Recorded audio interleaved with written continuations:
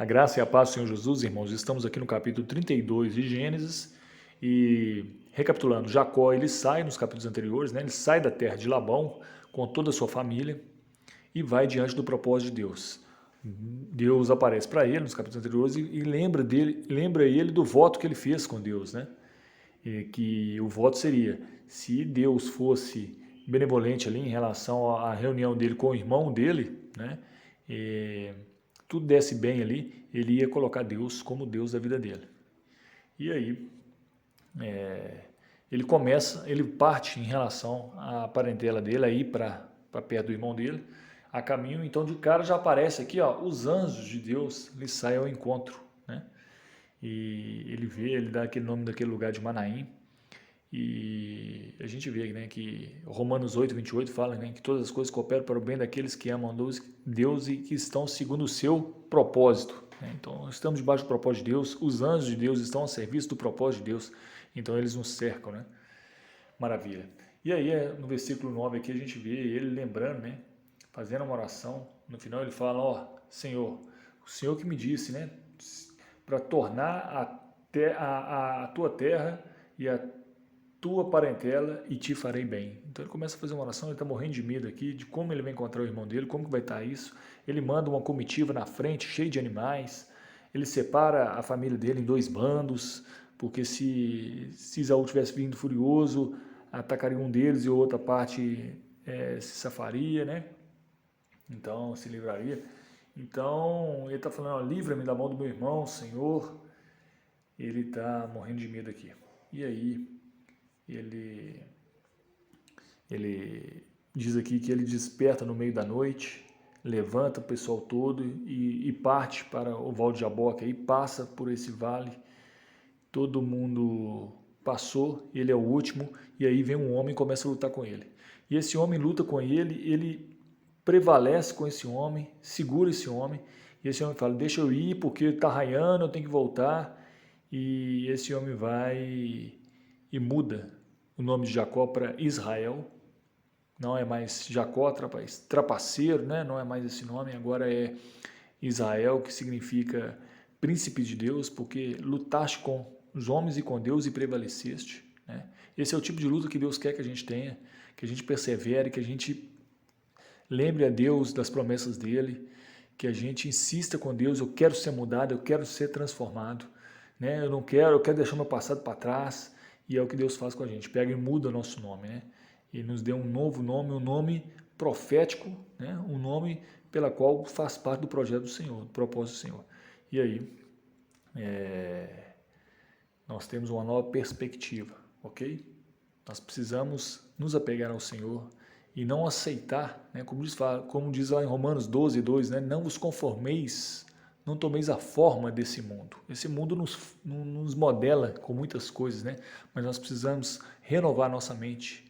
E aí, não aceitando como nós fomos moldados, mas sim renovados. Romanos 12:2. Mas transformados pela renovação da vossa mente, para a gente poder experimentar qual que é a boa, perfeita e agradável vontade de Deus. Amém? E aí, é interessante porque ele pergunta qual que é o nome desse homem, né? E quando ele fala isso, qual que é o seu nome? Como se chama? Né? Aqui a gente vê o anjo perguntando, né, para Jacó, como você chama? E Jacó responde, Jacó. Então diz, não te chamarás mais Jacó e sim Israel, pois como príncipe lutaste com Deus e com os homens e prevaleceste. E aí Jacó, agora volta a pergunta, né? Tornou Jacó, dize, rogo-te, como te chamas? E aí o anjo responde, né? Por que perguntas pelo meu nome? E ali ele abençoa Jacó e vai embora. Amém? Isso nos faz lembrar aqui Juízes, né? Juízes 13, quando a mãe de Sansão é visitada pelo anjo do Senhor. Vamos ver aqui, ó. Manoá. Manoá disse ao anjo do Senhor, permite-me deter-te e te preparar um cabrito. Preparemos um cabrito. O anjo aí com A maiúsculo, né? O Senhor Jesus. Porém, o anjo do Senhor disse a Manoá, Manoá, ainda que me detenhas, Manoá é o pai, na verdade. Manoá é o pai. Porque a mãe foi visitada pelo anjo e o anjo depois desapareceu. Passou um tempo, a mãe relata aquilo ali para Manoá, que é o pai, e o anjo aparece novamente para Manoá. Manoá diz o seguinte, né? O anjo disse para Manoá: ainda que me detenhas, não comerei do teu pão, e se preparares holocausto ao Senhor, o oferecerás. Porque não sabia Manoá que era o anjo do Senhor. Perguntou Manoá ao anjo do Senhor: qual é o teu nome? Para que quando se cumprir a tua palavra te honremos, né? E aí o anjo fala a mesma coisa que falou com Jacó, né? No versículo 18: por que perguntas assim pelo meu nome, que é maravilhoso? Né?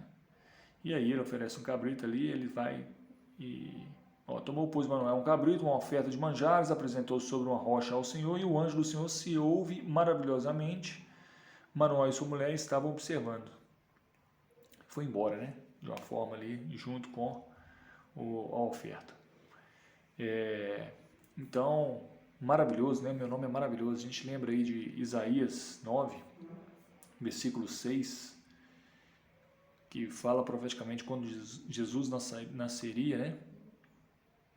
Diz aqui, o seu nome, porque o menino nos nasceu, um filho se nos deu, o governo está sobre os seus ombros, e o seu nome será maravilhoso, conselheiro, Deus forte, Pai da eternidade, príncipe da paz.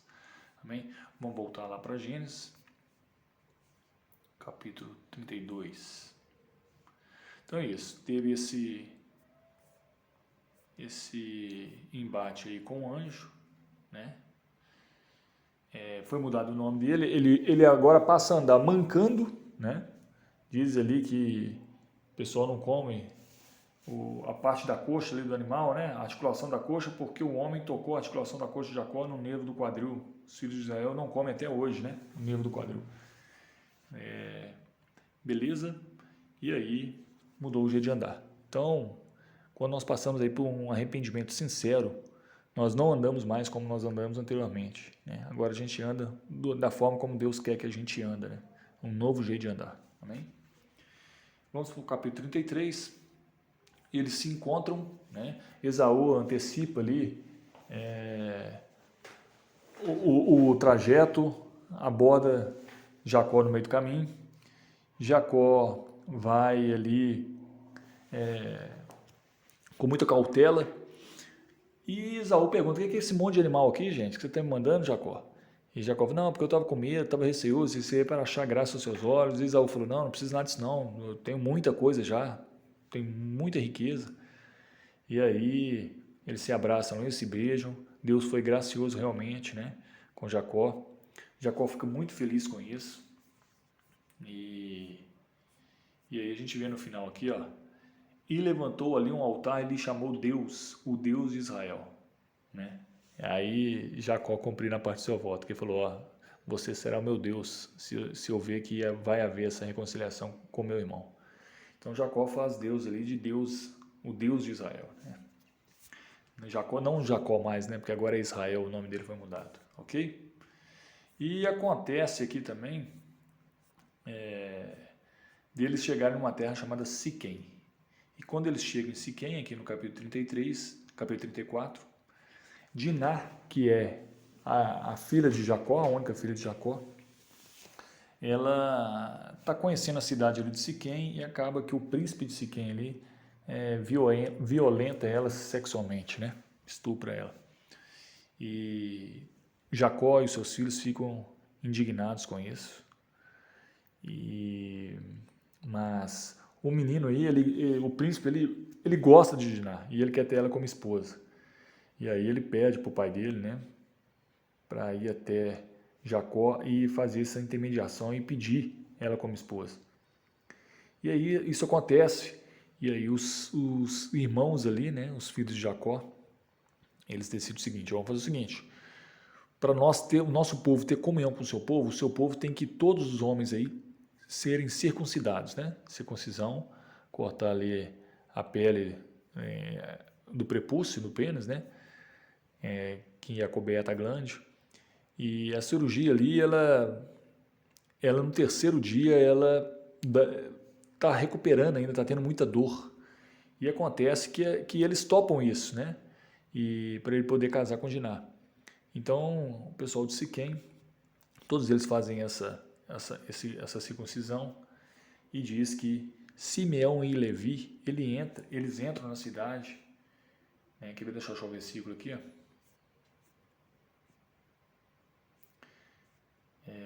a traição de Simão e Levi, tá vendo? Ao terceiro dia, quando os homens sentiam mais forte a dor, 2 filhos de Jacó, Simeão e Levi, irmãos de Diná, tomaram cada um a sua espada e entraram inesperadamente na cidade e mataram os homens todos os homens foram mortos. Com isso, Jacó também fica muito chateado e fala, rapaz, eles vão matar a gente, ó. Né? Olha aqui, ó. Então disse Jacó a Simeão e a Levi, vocês me afligissem e me fizessem odioso entre os moradores dessa terra, entre os cananeus e os fariseus, sendo nós pouca gente. Renunciam contra mim e serei destruído eu e minha casa. Né? Ele falou, por acaso nós vamos deixar nossa irmã ser uma prostituta para eles? Não, por isso eles vingaram, né? E aí a gente vê no capítulo 35, Deus mandando eles saírem dali. Disse Jacó, levanta-te e sobe a Betel e habita ali para fazer um altar ao Deus que te apareceu quando fugias da presença de Esaú, teu irmão. Né? A gente vê também Jacó mandando vasculhar e tirar tudo que é deuses, tudo que é ídolos, né? Tudo aquilo que não era o próprio Senhor, né? O Deus de Abraão, o Deus de Isaac, o Deus dele agora, mandou tirar tudo que é ídolos e ele colocou isso debaixo de terra, né?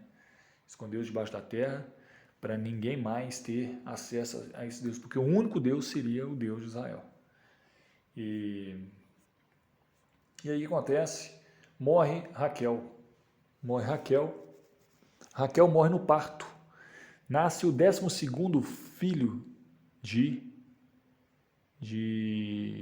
Israel, de Jacó, né? Benjamim.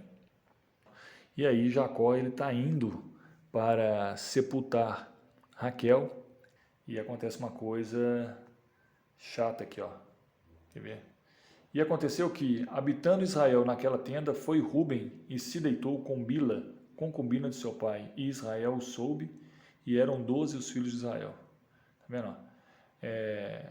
Sobre a sepultura de Raquel, levantou Jacó uma coluna que existe até o dia de hoje. Então partiu Israel e armou a sua tenda além da torre de Éder. Né? Então ele foi sepultar Raquel. Nisso aí, Ruben, ele aproveitou a ausência do pai e deitou com a concubina do pai, né? A serva do pai. E isso aí fez com que ele perdesse a primogenitura espiritual, que nós falamos no passado aí, nos áudios atrás. Ruben era o primogênito, depois veio Simeão e Levi, né? Então esses três, eles perderam a primogenitura espiritual e a primogenitura ficou para o quarto, que é Judá. Por isso Jesus veio da tribo de Judá, né? Ruben, a gente viu aí, ele perdeu por causa desse episódio aí, fornicação com a concubina. Simeão e Levi porque foram sanguinários e mataram os caras ali que foram circuncidados, né? Então, aí termina aqui falando, fazendo uma análise das 12 tribos, né? Porque nasceu o 12º, então está aí todos os 12 filhos de Israel, a base aí para que a nação de Israel viesse, ou seja, o propósito de Deus começando a tomar forma, né? Para que Jesus pudesse vir de uma nação, né? Onde que as 12 tribos ali teriam os princípios de Deus.